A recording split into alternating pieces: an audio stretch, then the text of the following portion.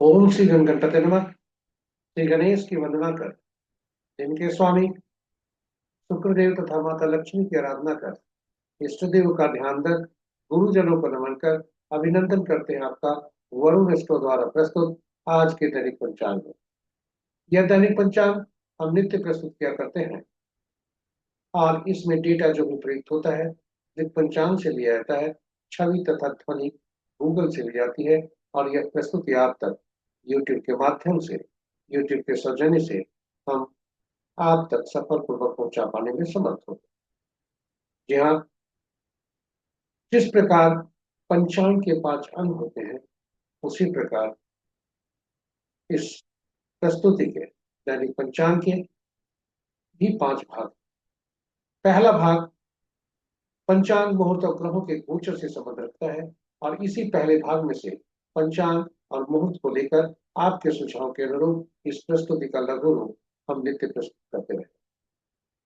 दूसरा भाग सितारों से संबंध है, नक्षत्रों से संबंध है, तारा बलन जिसे कहते हैं, यानी नक्षत्र, विभिन्न नक्षत्रों में जन्मे जातक के लिए आज के चंद्रमा के नक्षत्र जहां भ्रमण कर रहे हैं कैसा दिन होने के संकेत यहाँ ये तारा बलन कहते हैं। मुख्यतः 9 तारा चक्र पद्धति पर यह आधारित है, जिसके अनुसार विभिन्न ग्रह, विभिन्न नक्षत्र हमारे जीवन में कब शुभ फल देंगे, कब अशुभ फल देंगे, कौन से नक्षत्र शुभ फल देंगे, कौन से नक्षत्र अशुभ फल देंगे, ये सारी बातें एक प्लेटफॉर्म पर विस्तृत चर्चा प्रस्तुति में। यहाँ सितारे झूठ नहीं बोलते। तीसरा भाग राशि के अनुसार, जन्म राशि के अनुसार आज कैसा इसे चंद्र बलन कहते हैं और चंद्रमा जिस राशि में होता है, चंद्रमा चंद्र राशि के अनुसार इसे देखा जाता है और यह आज का चंद्रमा की राशि का भ्रमण और हमारी जन्मतिथि में जो राशि जहाँ चंद्रमा बैठा है उसके अनुसार हम इसे देखें। चौथा भाग चौघड़िया, एक प्रकार का मुहूर्त ज्योतिष, काफी उपयोगी क्योंकि हम कोई भी कार्य करते हैं तो उसमें शुभता और अशुभता को देखते हुए हम शुभ फल प्राप्ति हेतु ही कोई कार्य करते हैं। तो ये चौघड़िया बताता है कि कौन सा शुभ और अशुभ काल है कोई भी कार्य करने। यह काफी उपयोगी, काफी यह सार्थक है और इसकी उपयोगिता काफी, इसी के मद्देनजर यूट्यूब पर अलग से वीडियो पोस्ट विस्तृत चर्चा प्रस्तुति। 5वां भाग और अंतिम अंकों के अंक में जम लेकर अंक हमारे लिए कार्य करते हैं।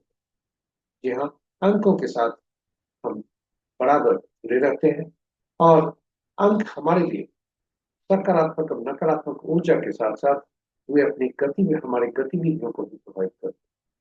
तो आइए अंकों को जाने, समझें, उन्हें सही ढंग से उपयोग करके अपने जीवन में शुभता सुनिश्चित करें। जी हाँ, अंक कार्य करते हैं। इसके अतिरिक्त अंक बोलते भी। आज विभिन्न तिथियों को, किसी भी माह के विभिन्न तिथियों को जन्मे जातक के लिए आज के अंक शुभता और अशुभता के संबंध में क्या बोल रहे हैं, यहाँ उसी प्रश्न। तो चलिए अंकों से संबंधित 5 और अंतिम, और यह पूरी प्रस्तुति आपके लिए काफी उपयोगी, हमने रोचक बनाकर खिलाया है। उपयोगी, इसकी उपयोगिता काफी हमने रखी है, बना करके रखी है और साथ ही साथ इसे ज्ञानवर्धक बनाने का प्रयास किया है। कुल संक्षेप में कहें, पूरी प्रस्तुति आपके लिए में संजो कर लाए हैं, इसे अधिक उपयोगी, ज्ञानवर्धक तथा सार्थक और महत्वपूर्ण बनाने। कहीं जाइएगा नहीं, हमारे साथ बनी रहिएगा।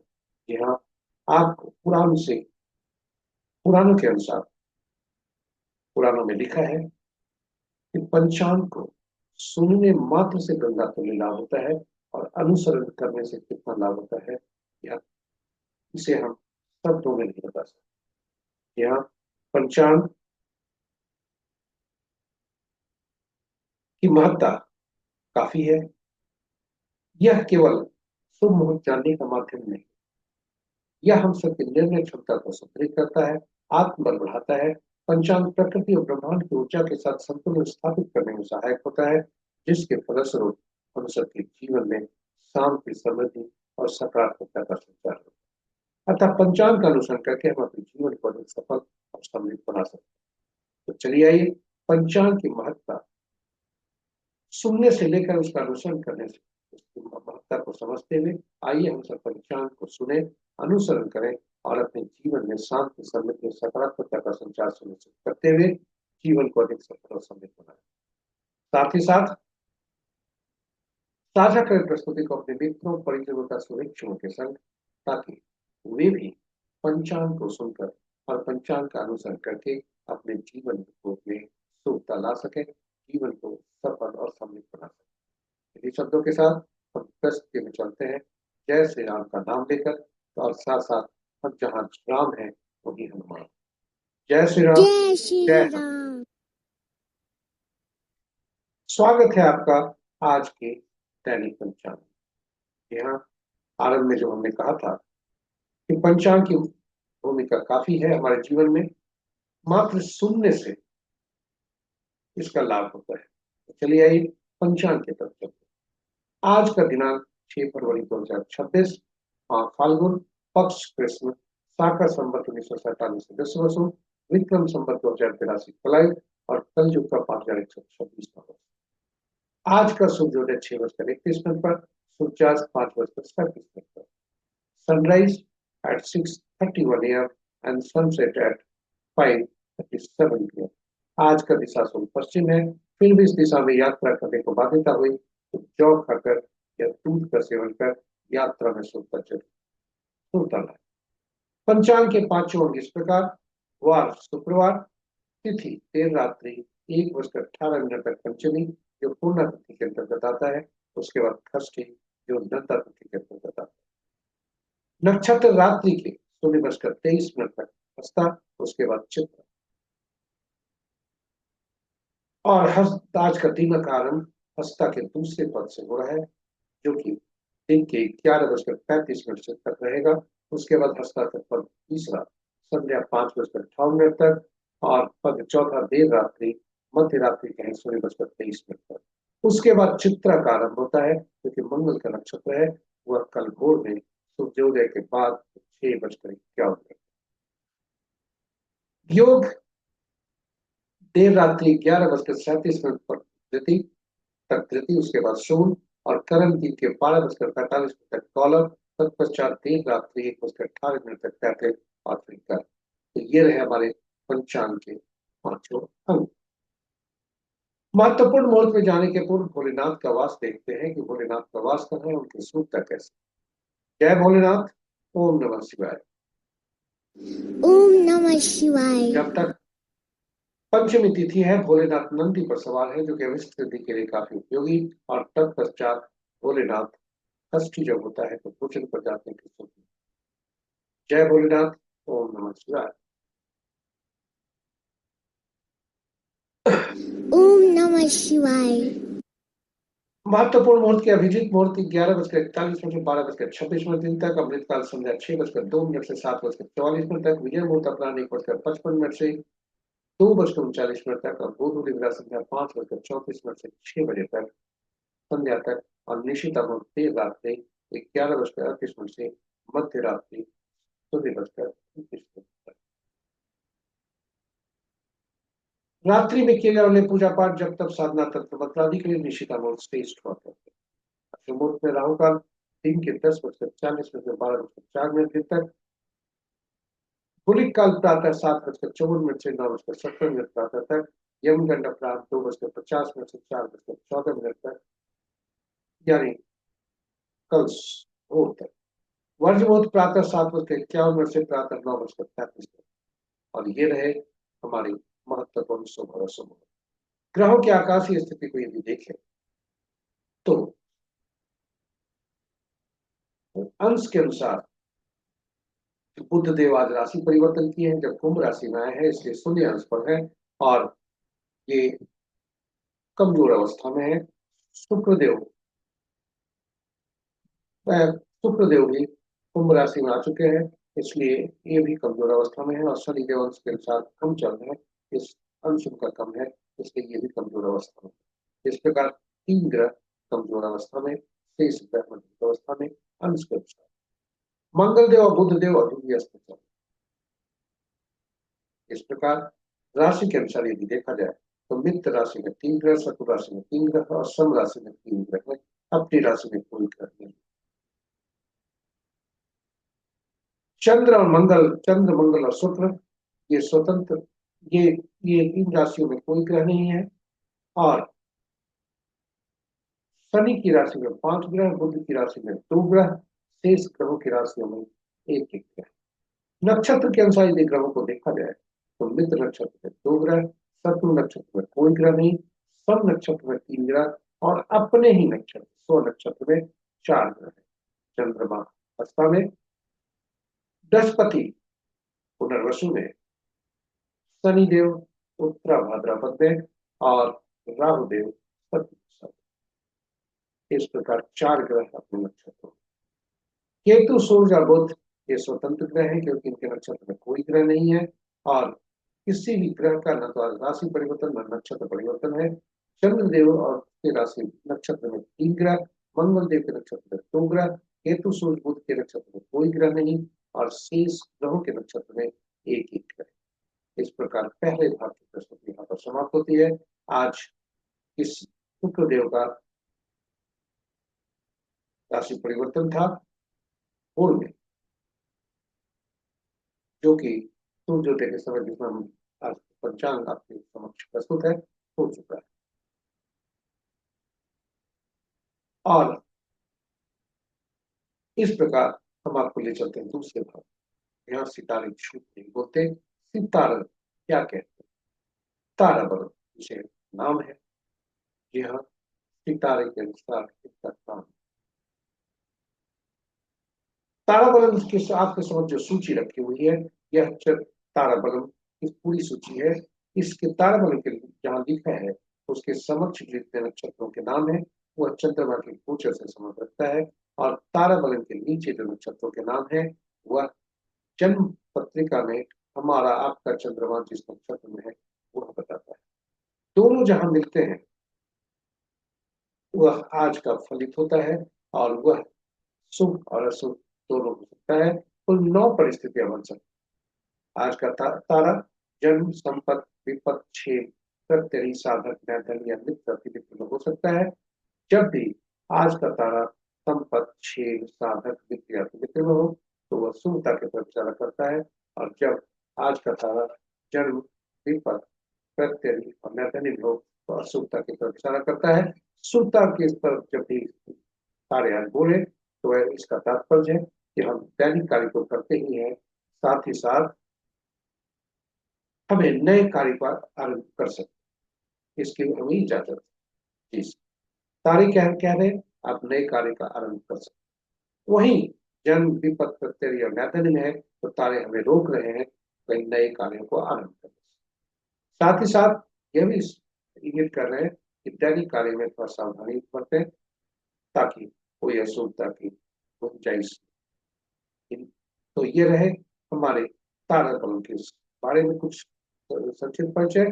और आपको बता दें कि जब भी अशुभ तारा आपका आज का होगा तो वैसी स्थिति में अति उत्साहित होकर उसे शुभ तारा परिवर्तन करने का प्रयास न करें क्योंकि उससे कार्य में शुभता सुनिश्चित नहीं हो सकेगी, जोखिम नहीं है। तारा बलम मुख्यतः 9 तारा चक्र पद्धति पर आधारित है और 9 तारा चक्र पद्धति का मुख्य सिद्धांत है ग्रहों के मन नक्षत्र होते हैं, नक्षत्र ही ग्रह के फल देते, ग्रह अपना फल नहीं देते। तो प्रश्न उठता है नक्षत्र 27, ग्रह 9, कौन से नक्षत्र किस ग्रह के फल देंगे। इसके लिए 27 नक्षत्रों को सूचीबद्ध की गई 9 नक्षत्रों के समूह बनाकर और 3 श्रेणियां बनाई गई जो आपके समक्ष प्रस्तुत। ये 3 श्रेणी जो बनी 9 नक्षत्रों का, 1 से 9 तक पहला, 10 से 18 तक दूसरा, 19 से 27 तक तीसरा, और ग्रहों को महादशा के क्रम में रखा गया। जी हाँ, पहला ग्रह केतुदेव, दूसरा शुक्र, तीसरा सूर्य, चौथा चंद्रमा, पांचवा मंगल, छठा राहु, सातवां बृहस्पति, आठवां शनि और नौवां बुध।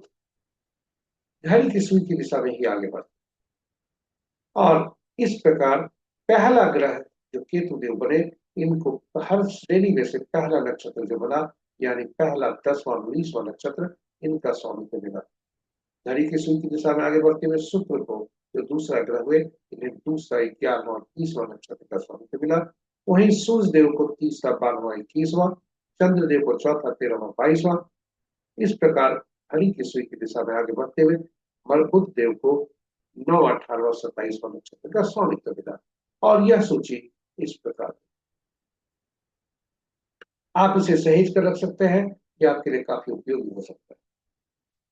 अब प्रश्न उठता है फलित कैसे करते हैं। इसके लिए जन्म पत्रिका में चंद्रमा जिस नक्षत्र में है हमारा, उस नक्षत्र को चिन्हित करके उस ग्रह को पहचानते हैं। वह ग्रह हमारा जन्म ग्रह होता है। यहाँ वह जन्म ग्रह होता है और हमारी जीवन यात्रा वही आरंभ होती है। इसी दशा महादशा में हमारा जन्म हुआ होता है और पिछले जन्म में जीवन की यात्रा भी इसी दशा महादशा में हुई होती है। इसलिए जब जन्म कुंडली में देखेंगे तो दशा महादशा में हमेशा कुछ न कुछ भूकांत शेषांत कुछ बचे हुए शेष होंगे जो कि इस चरण में होंगे। फिर दशा महादशा का फल, दशा महादशा का जो है वह वही से आरंभ होता है। और इसलिए जो जन्म ग्रह होते हैं, पहला ग्रह वे जन्म ग्रह जो हुए वह पहला ग्रह होता है। और जो ये जन्म ग्रह हमारे लिए पीड़ादायक पीड़ा के श्रेणी में होते हैं। यहाँ से घड़ी की सुई की दिशा में आगे जब आगे बढ़ते हैं, घड़ी की सुई की दिशा में हम जब आगे बढ़ते हैं तो पहला ग्रह जो पीड़ादायक होता है, वहां से दूसरा, चौथा, छठा, आठवां, नवा ये शुभकारी होते हैं। वहीं पहला, तीसरा, पांचवा, सातवां ये पीड़ादायक होते हैं। और इनकी पीड़ा या शुभता जैसे जैसे इनकी क्रम संख्या बढ़ती है वैसे वैसे वह बढ़ता है। इस प्रकार हम यह जान गए कि पहला कौन से हमारे जीवन काल में कौन से शुभकारी ग्रह होंगे, कौन से अशुभकारी ग्रह होंगे। तो दशा महादशा का फल उसी तरह से हम जान सकते हैं कि कौन से दशा शुभ जाएगा, कौन सा शुभ, कौन से दशा चुनौती भरा हो सकता है। और ऐसी स्थिति में हम शुभ ग्रहों के दशा महादशा में योजनाबद्ध तरीके से अपने कार्यों का, शुभ कार्यों का निष्पादन करके शुभता सुनिश्चित करते हुए जीवन में आगे बढ़ते हैं। वहीं अशुभ दशा, अशुभ ग्रह के महादशा में हम अपने आप को चुनौती का सामना करने के लिए मानसिक रूप से तैयार होते हैं। यह हमारे लिए अंततोगत्वा लाभकारी। जन्म कुंडली में बैठे ग्रह की अपेक्षा उसी तरह से कर सकते हैं। और इसी प्रकार से विभिन्न नक्षत्रों में जन्मे जातक हमारे लिए कितने शुभकारी होंगे यह भी जानते हैं और उनकी अपेक्षा कर सकते हैं, चाहे वो जातक हमारे घर में हो, परिवार में, रिश्तेदार में हो या संसार में। ये सभी के बारे में हम जानकर उनसे शुभता और अशुभता की अपेक्षा कर सकते हैं। बिजनेस पार्टनरशिप ऐसा अगर बनाए ये जो दूसरा ग्रह से संबंध रखता है उसके नक्षत्र में जन्मे जाकर हमारे लिए लाभकारी होता है।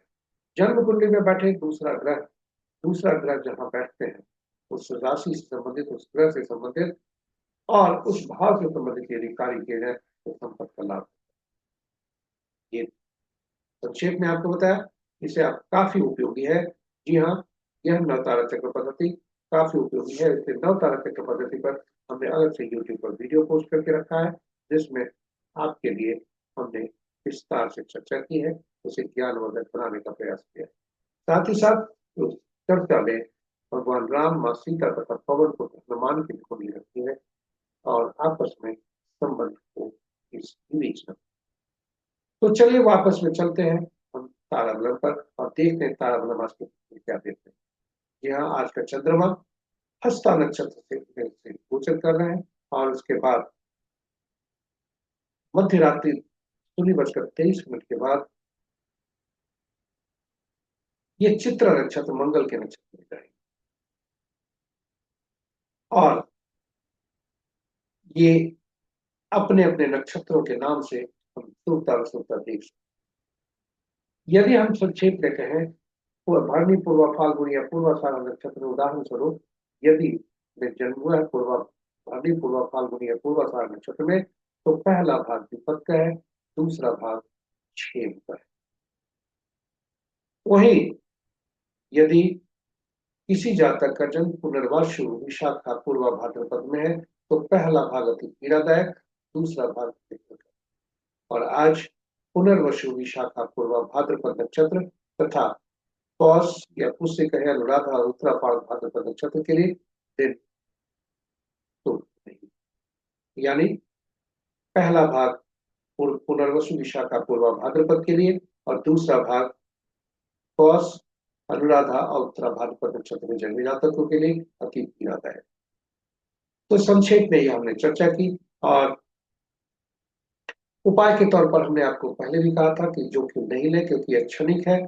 उसके बाद चंद्रमा पूरा, चूंकि चंद्रमा मन के कारक है, चंद्रमा काफी स्पीड में चलते हैं, इसलिए नक्षत्र परिवर्तन वो मध्य रात्रि के बाद करेंगे। इसलिए आज जो है आपने को धैर्य बनाए रखें। जिनका शुभ है, तारा की तरफ इशारा हो रहा है, वे अपना शुभता बनाने रखने हेतु तो धैर्य रखें और शुभ तारा आने पर ही कोई उपाय करें।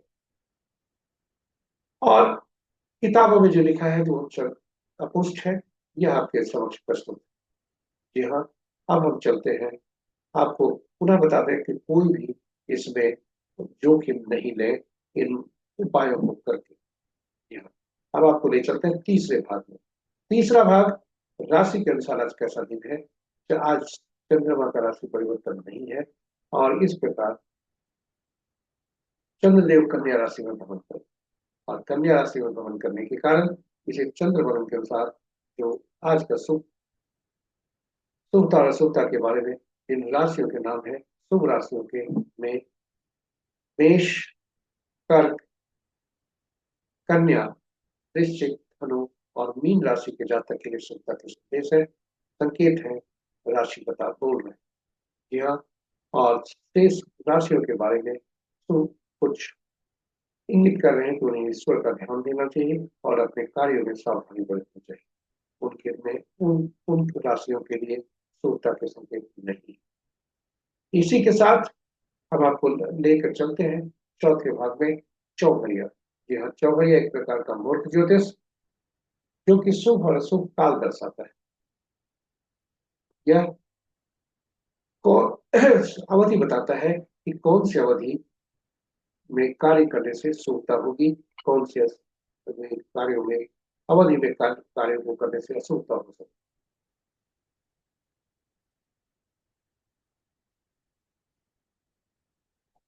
हम प्रतिदिन हर कार्य करते हैं जिसमें शुभता की अपेक्षा करते हैं। हाँ, यह इसके लिए काफी उपयोगी है चौघरिया।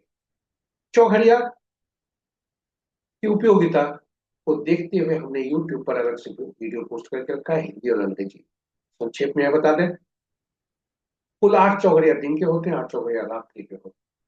और चूंकि दिन सप्ताह सात ही दिन, सप्ताह के दिन 7 ही होते हैं, इसलिए 7 ही चौघरिया का नामकरण हुआ। 8वां चौघरिया दिन और रात में जो आरंभ का चौघरिया होता है वही अंत का चौघरिया होता है। इस प्रकार चौघरिया का संबंध साप्ताहिक दिनों से, और साप्ताहिक दिन के स्वामी अलग अलग ग्रह जो कि विभिन्न अलग अलग कार्य करने के लिए अलग अलग उनकी उपयोगिता है, अलग अलग रूप से होता है। इसलिए चौघरिया का भी संबंध ग्रहों से और उनके कार्यों से, निमित्त कार्यों से, उनके निमित्त उपयोगिता से हो जाता है। और इसलिए हम चौघरिया की उपयोगिता बढ़ जाती है। संक्षेप में कहें कि चौघरिया का उपयोग किसी भी कार्य करने के लिए किया जा सकता है और जिसमें हम शुभता की अपेक्षा करते हैं, चाहे वो कार्य पूजा पाठ हो, पहली बार किए जाने वाले कार्य हो या ग्रहों से संबंधित कार्य, जो भी कार्य है जिसमें हम शुभता की अपेक्षा करते हैं उसके लिए काफी उपयोग। जब भी हम चौघरिया का उपयोग करें तो यह सुनिश्चित कर लें कि जिस चौघरिया का उपयोग हम करने जा रहे हैं कहीं वह शुभता से व्याप्त तो नहीं है। यहाँ दिन का चौघरिया राहु काल, काल बेरा, वार बेरा से प्रसिद्ध हो सकता है और रात्रि का चौघरिया काल रात्रि। अनुभव के आधार पर हमने पाया है कि दिन का चौघरिया दिन सूर्य देव में सूर्य देव का प्रभुत्व, इसलिए सूर्य देव से उनके पुत्र नाराज शनि देव, इसलिए शनि देव का चौघरिया काल चौघरिया प्रतिदिन काल बेला से प्रसिद्ध रहता है। वहीं रात्रि का प्रभुत्व चंद्रमा के पुत्र बुध नाराज, इसलिए बुध का चौघरिया प्रति रात काल रात्रि से ग्रसित। तो ये रहे चौघड़िया पर। शेष चौघड़िया का समय बदलते रहता है। हो सकता है कि जैसे काल चौघड़िया काल बेला से ग्रसित हो सकता है, किंतु वार बेला और राहु काल से भी ग्रसित हो सकता है। इस प्रकार दो तरह से भी ग्रसित हो सकता है। तो ये रहे आज का चौघड़िया। देखते हैं आज का चौघड़िया क्या कहता है। आज दिन शुक्रवार है। चर चौघड़िया से दिन आरंभ हो रहा है, चर चौघड़िया से दिन समाप्त हो रहे हैं। और जबरन चौघड़िया वार बेला से ग्रसित है, और काल चौघड़िया जो 10:40 से 12:04 तक है, वह राहु काल और काल बेला दोनों से ग्रसित है। रात्रि का चौघड़िया 8:50 से 10:27 तक। लाभ चौघड़िया काल रात्रि इसका को छोड़कर 23 चौघड़िया का उपयोग हम कर सकते हैं। इन्हीं शब्दों के साथ हम आपको ले चलते हैं अंकों की दुनिया में। जी हाँ, अंकों के अंक में जन्म लेकर अंक के साथ हम खेलते बढ़ते हैं, और अंक हमारे लिए सकारात्मक और नकारात्मक हो जाते हैं। जी हाँ, अंक हमारे लिए फायदेमंद भी होते हैं, अंक हमारे लिए नुकसानदायक भी होते हैं। ये अंक होते हैं केवल 1 से 9 तक, सभी को गणना में नहीं लेते। इसलिए 1 से 9 तक अंक को जानना, ये समझना, उन्हें याद रखना और उन्हें सही ढंग से उपयोग करना। इसलिए आइए अंकों को जानें, समझें, उसे सही ढंग से परख कर उपयोग सही ढंग से उपयोग करें, ताकि हमारे जीवन में शुद्धता बनी रहे और ये अंक हमारे लिए सकारात्मक कार्य। तो ये अंकों की दुनिया में 1 से 9 तक का जो अंक हुए, 1 अंक ही होते हैं। जब भी 2 या 2 से ज्यादा अंकों का समूह हमारे पास होता है, तो उसमें प्रयुक्त हुए अंकों को जोड़कर एक अंक में परिवर्तित करते हैं और तब उसका उपयोग करते हैं। इन अंकों के 67 ग्रह अलग अलग होते हैं कि सूर्य, 2 के चंद्रमा, 3 के बृहस्पति, 4 के राहु, 5 के बुध, 6 का शुक्र, 7वां का केतु, 8वां का शनि, 9वां का मंगल। और इन ग्रहों के अलग अलग ऊर्जा होती है, तत्व होते हैं, अलग अलग गुण होते हैं। इसलिए इन अंकों के भी ग्रहों से संबंधित जो उनके गुण है, जो ऊर्जा है, जो उनके तत्व है, वो होते हैं। जन्म तिथि में जब हमारे जन्म तिथि में यदि कोई अंक नहीं है, तो उस अंक से संबंधित जो ग्रह है, जो अंक उस अंक से संबंधित जो गुण है, जो तत्व है और जो ऊर्जा है, उसकी कमी हमें पाई जाती है।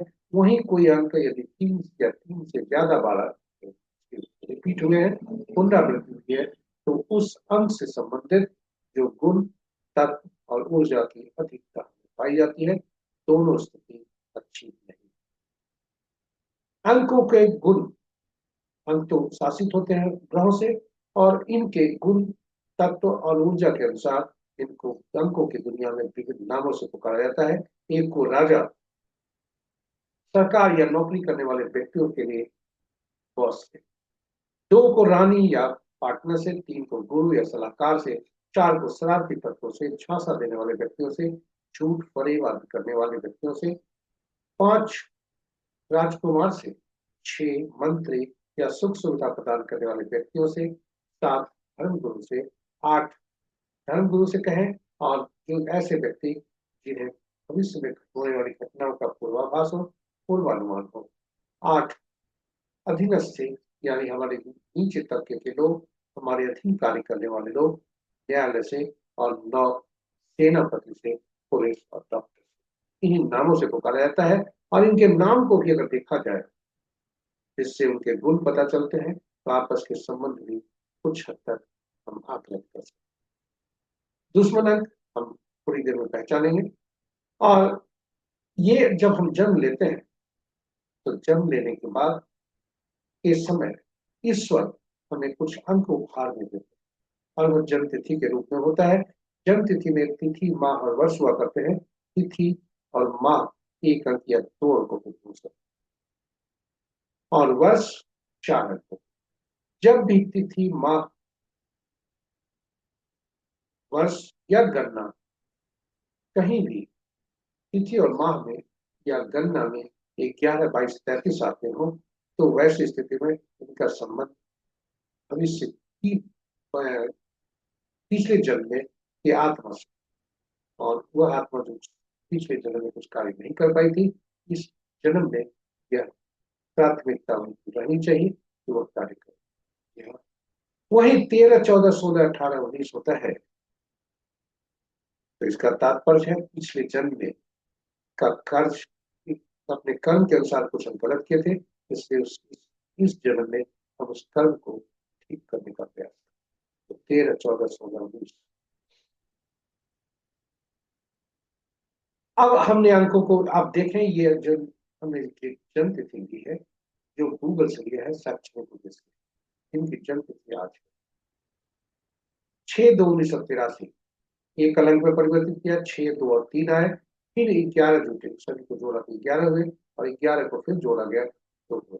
इस प्रकार जन्म तिथि जो हमारा होता है वह तिथि जो होती है वह हमारा आंतरिक व्यक्तित्व दर्शाता है।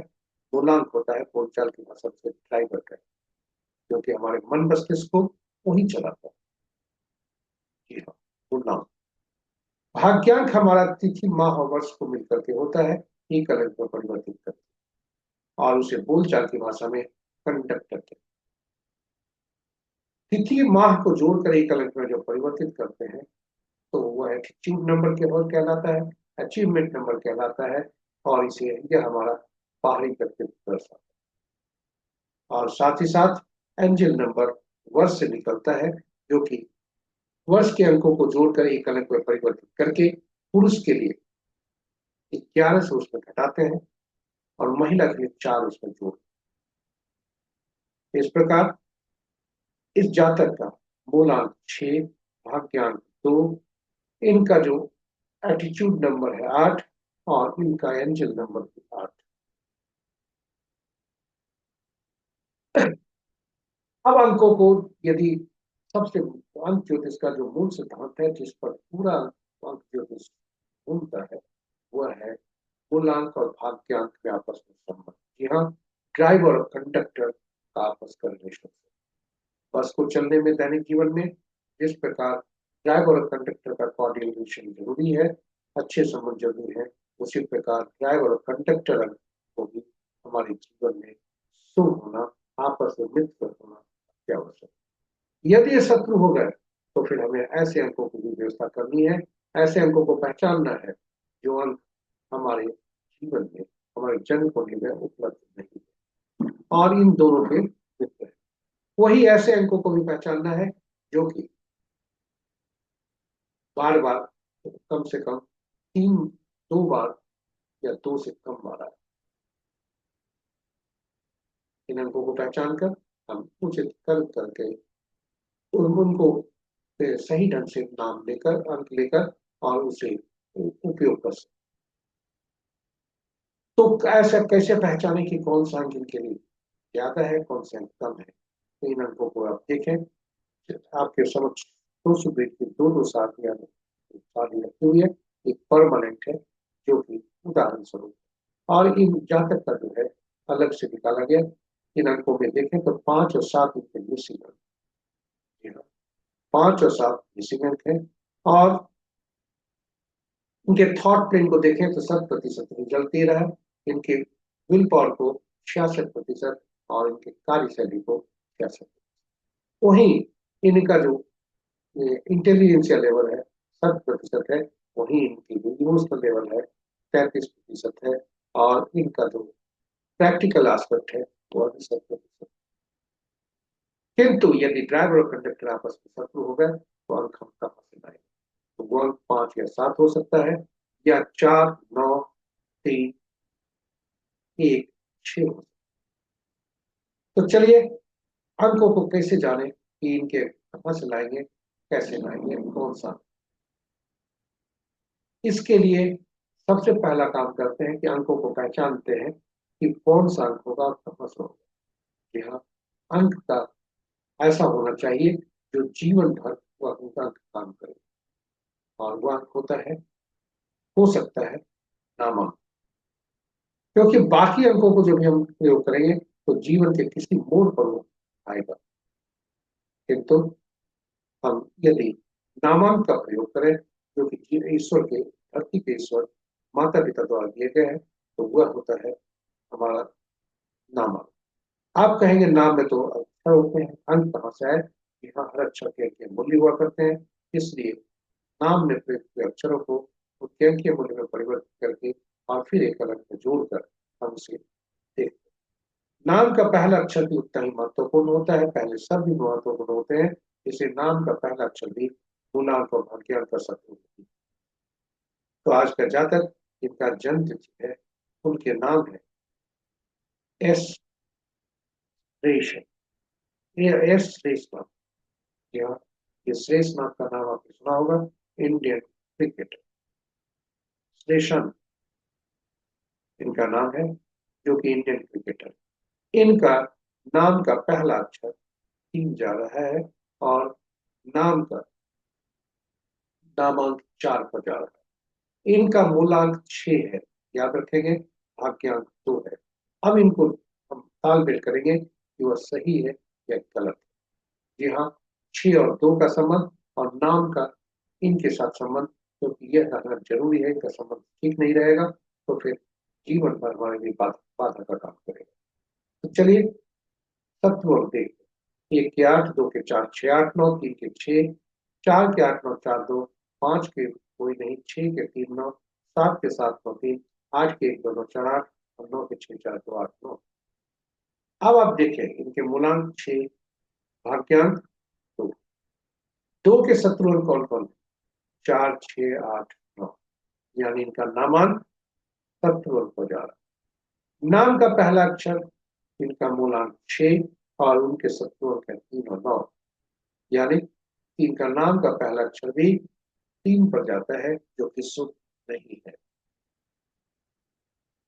अब यदि इस जातक का हम पहले से कोई नवजात शिशु का नाम से देखते तो यह अच्छा फल दे सकता था। अब नाम का पहला अक्षर परिवर्तन करना मुश्किल काम, फिर भी लोग करते हैं। यहाँ पर हर अंक ज्योतिषी आपके नाम पे ही करेक्शन करके आपकी जितनी समस्या है उसका निदान करने की निदान करने का उपाय ढूंढता है, और आप भी कर सकते हैं। इस जातक का अंक यदि 5 पर आ जाए, यानी श्री शांत है, एक ए अगर लग जाए या नाम के पहले ही ए एस श्री शांत हो जाए, फिर इनके 5 पे अंक जाता है, जो कि सुखकारी।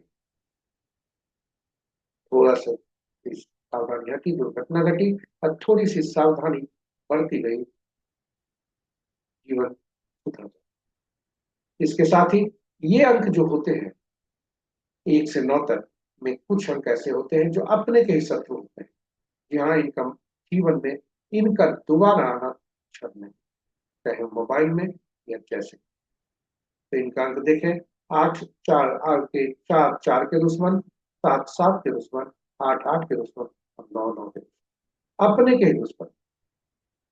और जिसका अपना दुश्मन हो वो ऐसा अंकों को प्रयोग नहीं करना चाहिए। बहुत से लोग मोबाइल में कई बार 4 ले लेते हैं, कई बार लोग 6 ले लेते हैं, कई 7 ले लेते हैं, 8 ले लेते हैं, 9 ले लेते हैं। ऐसे मोबाइल में तो जब भी प्रयोग करेंगे तो नकारात्मक ऊर्जा दे सकता है और हमारे काम में बाधा हो सकता है। तो चलिए आपके समक्ष अक्षरों के भी शत्रु अक्षर के भी नाम सूचीबद्ध है, जो आप नाम, कोई भी नाम को ठीक करने के लिए या नाम को चयन करने के लिए पहला अक्षर कौन सा होगा, यह आपको समझ। तो आगे चलते हैं, वर्ष फल कैसे जाने। जी हाँ, वर्ष फल जानने के लिए जन्म तिथि में से वर्ष को, ओरिजिनल जन्म तिथि में से वर्ष को हटा देते हैं और वर्ष को हटा करके हम वर्तमान वर्ष को जोड़, और वह वर्ष जो अंक देता है पूरे अंकों को जोड़कर वही हमारा पर्सनल ईयर होता है। पर्सनल ईयर को उससे संबंधित करते हैं उनके रनिंग एज और साथ साथ मूलांक और भाग्यांक। हम देखें इनका मूलांक 6, भाग्यांक 2 है, और 6 और 2 आपस में शत्रु नहीं, किंतु 2 के शत्रु 6 जरूर।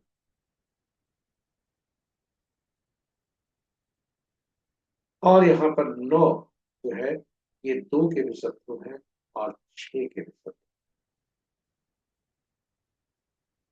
साथ ही साथ 7 अंक जो इनका रनिंग एज है उसके भी शत्रु 9 बनते हैं। इसलिए यह वर्ष उनके लिए पूरा चुनौती भरा। हम शैक्षणिक उद्देश्य के लिए नाम हमने दिया है, जन्मतिथि दिया है, इसलिए आप इसका जो है उपयोग और भी अन्य अंकों को लेकर अगर किसी का करना चाहें और अंकों को जो उनके पास है वह लेकर कभी करें। इन्हीं के साथ हम आपको ले चलते हैं आज के विभिन्न तिथियों को, किसी भी माह के विभिन्न तिथियों को जन्म जातक के लिए आज के अंक क्या क्या। जी हाँ, आज का अंक 9 है, जो सेनापति होता है, पुलिस डॉक्टर। ये इम्पार्शियल होते, यानी ये किसी के फेवर भी नहीं करते और ये बहुत ही चौकन्ने होते, केवल सरकार से, राजा से संबंध इनके अच्छे होते हैं, बहुत से संबंध अच्छे होते हैं। इसलिए 1, 10, 19, 28 को जन्म जातक के लिए 9 अंक शुभता का संकेत दे रहे हैं और साथ साथ ये अंक तटस्थ होते हैं 5 अंक वालों से और 6 अंक वालों से। इसलिए 5, 14, 23, 6, 15, 24 को जन्म जातक किसी माह के, उनके लिए दिन साधारण। शेष अंक, यहाँ तक कि खुद 9 का अंक के लिए ये अति शत्रु है। इसलिए शेष अंक, जिसमें शेष तिथियों को जन्म जातक किसी भी माह के, वे सावधान रहे, सही ढंग से अंकों को पहचाने और अति उत्साहित न होकर होकर कोई काम नहीं करे। दैनिक कार्य में सावधानी, वाहन चलाते समय सावधानी बरतें ताकि कोई भी असुविधा न पड़े। इसी के साथ हम अंतिम पड़ाव पर पहुंच गए। आप हमारे साथ बने रहे, इसके लिए बहुत बहुत आशा करते हैं कि पूरी प्रस्तुति आपके लिए उपयोगी होगी और ज्ञानवर्धक भी रही होगी, रोचक भी रही। जी हाँ, आपसे आग्रह है कि यदि आप इस प्रस्तुति को पहली बार देख रहे हैं तो हमारे चैनल को सब्सक्राइब करें, साथ ही साथ नोटिफिकेशन बटन को दबाना न भूलें ताकि हमारे हर प्रस्तुति की सूचना आपको मिल सके। और नित्य प्रस्तुत जो पंचांगियों से सुना करें, क्योंकि पुराणों में लिखा है कि पंचांग सुनने मात्र से गंगा स्नान का लाभ होता है और जिससे आपके जलीय तत्व, गंगा जलीय तत्व को रिप्रेजेंट करते हैं।